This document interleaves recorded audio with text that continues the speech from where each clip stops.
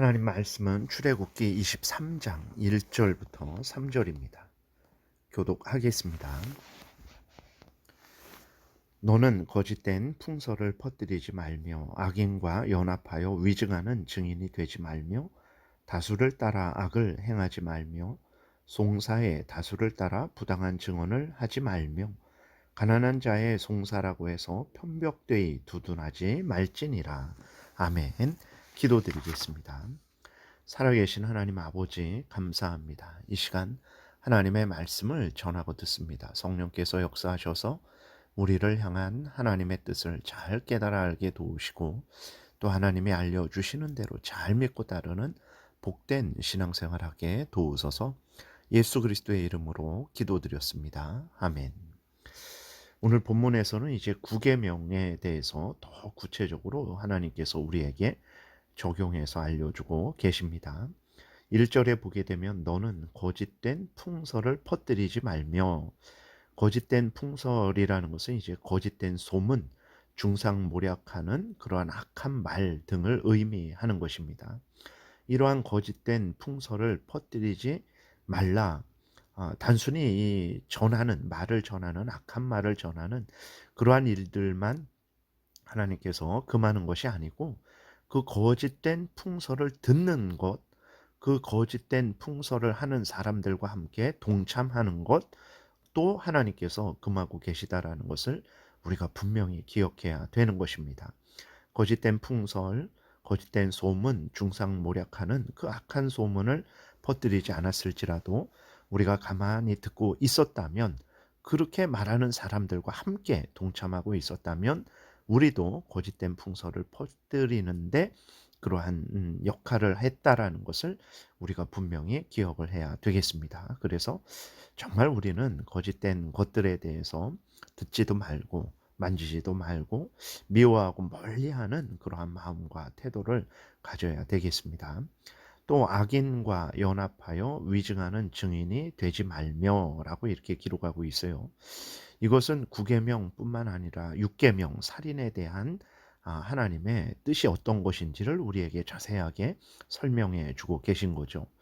왜냐하면 악인의 거짓에 동참해서 선한 사람의 생명에 대해서, 인격에 대해서, 명예와 권리에 대해서 해를 끼친다면, 다른 사람의 생명에 위협이 되게 한다든지 그 사람의 인격과 명예 권리를 실추시킨다든지 하는 것은, 그것은 바로 살인을 하지 말라라는 하나님의 명령을 어기는 것이기 때문에 그렇습니다.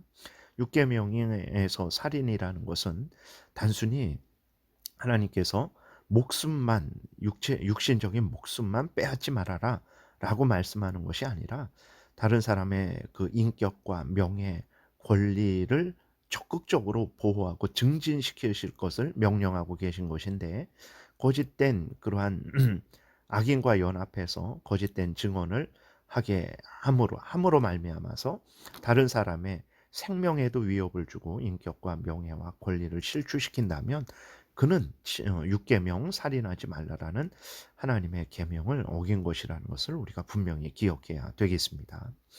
7절에 보게 되면 거짓 일을 멀리하며 무죄한 자와 의로운 자를 죽이지 말라. 나는 악인을 의롭다 하지 아니하겠노라 라고 이렇게 말씀을 하고 계세요.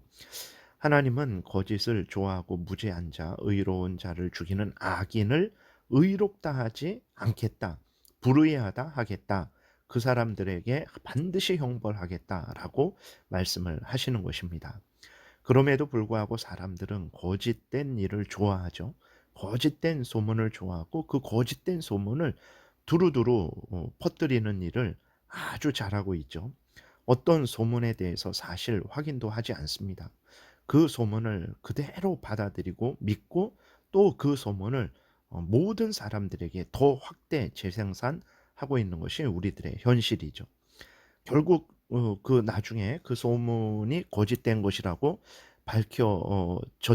밝혀지더라도 이미 그 대상자의 어떤 생명과 인격과 그러한 명예와 권리는 완전히 손상을 입어서 다시는 회복할 수 없는 그러한 비참한 처지가 되는 경우가 한두 번이 아니죠.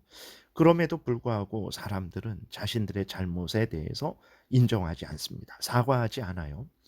우리나라에 어떤 대통령이 탄핵이 되는 그러한 일들이 있었는데, 그 탄핵을 하게 된 그러한 혐의점들이 오늘날에 와서는 모두가 무죄가 되었어요. 모두가 무죄가 되었음에도 불구하고 나라의 대통령이 탄핵이 되었는데, 근데 그 혐의점들이 모두가 무죄가 되었는데도 불구하고 거기에 대해서 책임을 지는 사람이 단 한 명도 없습니다. 예.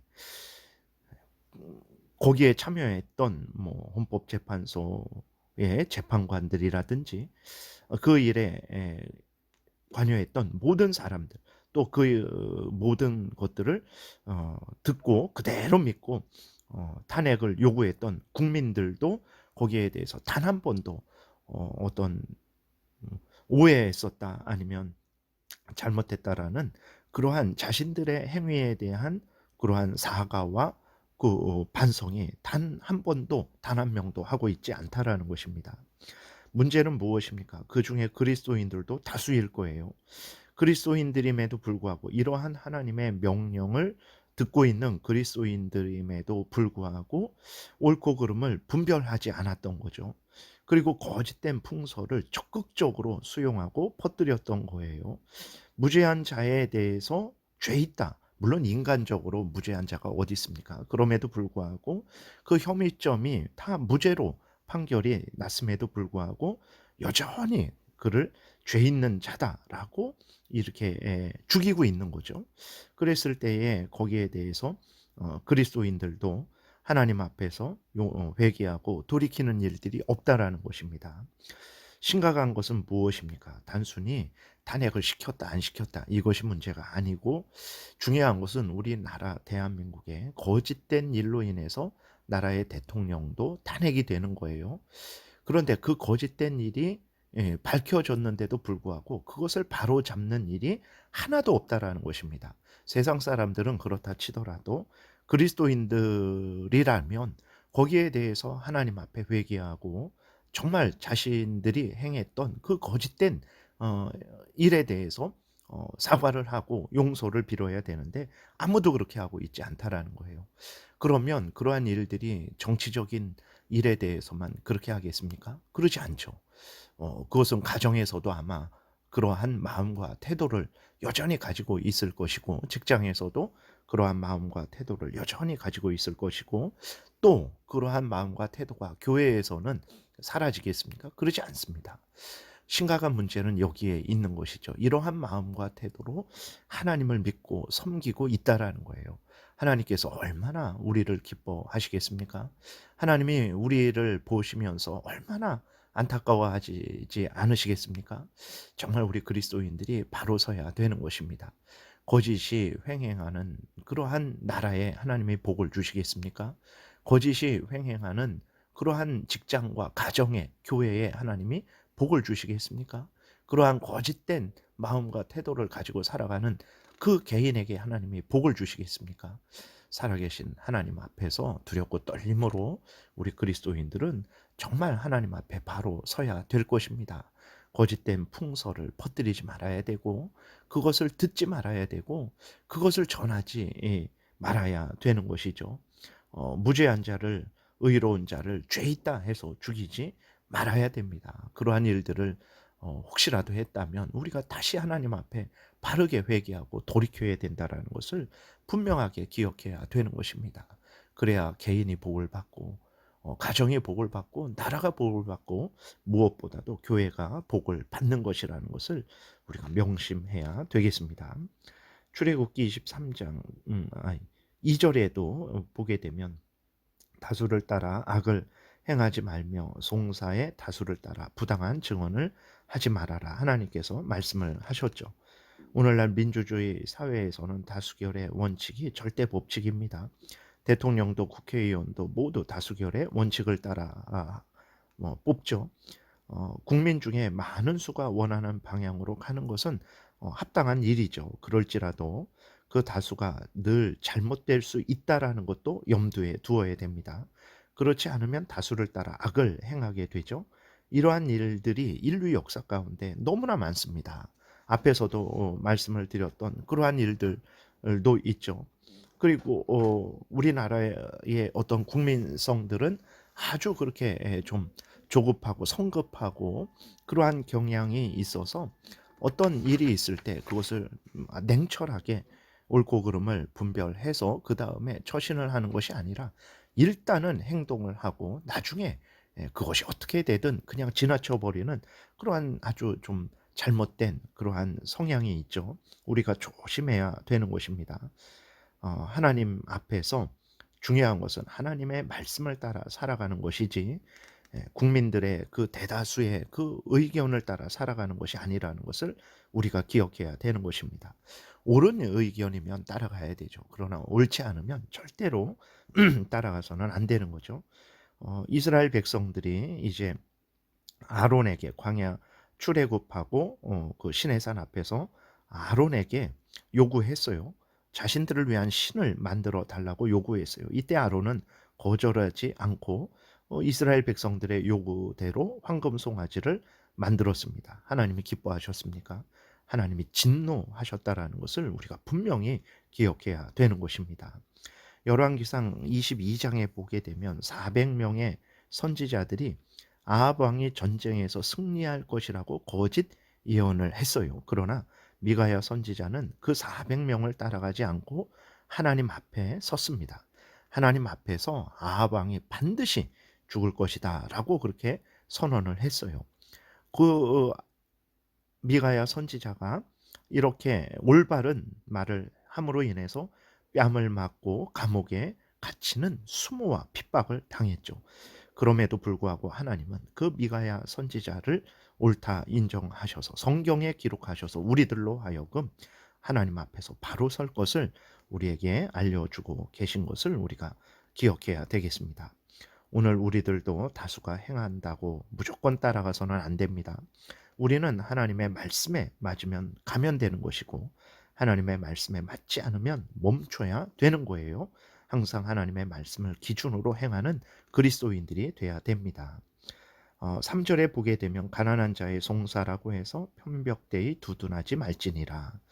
가난한 자들을 적극 도와야 됩니다. 하나님이 얼마나 기뻐하십니까? 그러나 돕되 공평을 무시하면서까지 도와서는 안 된다라는 것을 우리가 기억해야 되는 것입니다.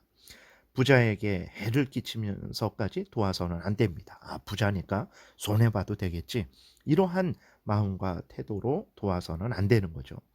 사랑과 동정이라는 미명하에 악이 옳다 인정되게 해서는 안 되는 거예요. 정의가 그르다 그렇게 판결이 되어서는 안 되는 것입니다. 누구든지 죄악된 마음과 태도로 살아갈 때는 반드시 하나님의 심판을 받아야 되는 거예요. 법정에서는 가난한 자, 부자 상관없이 하나님의 말씀에 근거해서 바르게 재판되어야 하는 것입니다. 오늘날에 특별히 우리나라에서 경영자든 노동자든 어느 한편을 편들어서는 안 되는 거죠. 물론 경영자는 조심해야 됩니다. 교만하게 또 노동자를 착취하지 말아야 되죠. 그러나 또 동시에 노동자는 경영자라고 해서 무조건 악의 그러한 어떤 악을 행하는 사람, 자신들을 착취하는 사람으로 그렇게 생각해서는 안 되는 거예요. 재판관들도 마찬가지입니다. 경영자건 노동자건 잘못했으면 잘못했다라고 판단을 해야 되고 잘했으면 잘했다라고 판단을 해야 됩니다. 국민들도 마찬가지입니다. 경영자건 노동자건 잘했으면 잘했다고 하는 것이고 잘못했으면 잘못했다고 해야 되는 것입니다. 모든 재판관들도 모든 국민들도 하나님 앞에서 바르게 옳으면 옳다, 틀리면 틀리다라고 말을 하는 것, 이것이 하나님이 우리에게 원하시는 것이라는 것을 분명하게 기억하고 하나님의 뜻을 따라 살아가야 되겠습니다. 기도드리겠습니다. 살아계신 하나님 아버지 감사합니다. 오늘도 은혜를 내려주셔서 감사합니다. 우리들이 항상 하나님 앞에 바로 서서 하나님 말씀에 근거해서 말하고 생각하고 행하는 복된 신앙생활하게 도우소서. 예수 그리스도의 이름으로 기도드렸습니다. 아멘.